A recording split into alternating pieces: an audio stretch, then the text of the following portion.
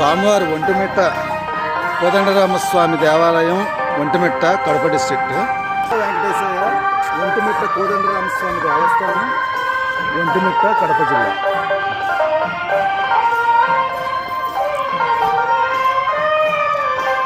నమో వెంకటేశ్వర. ఒంటిమిట్ట దేవాలయంలో కోదండరామస్వామి మహాసంప్రోక్షణ జరిగింది. ఇప్పుడే అది యాగశాలను చూపిస్తుంది.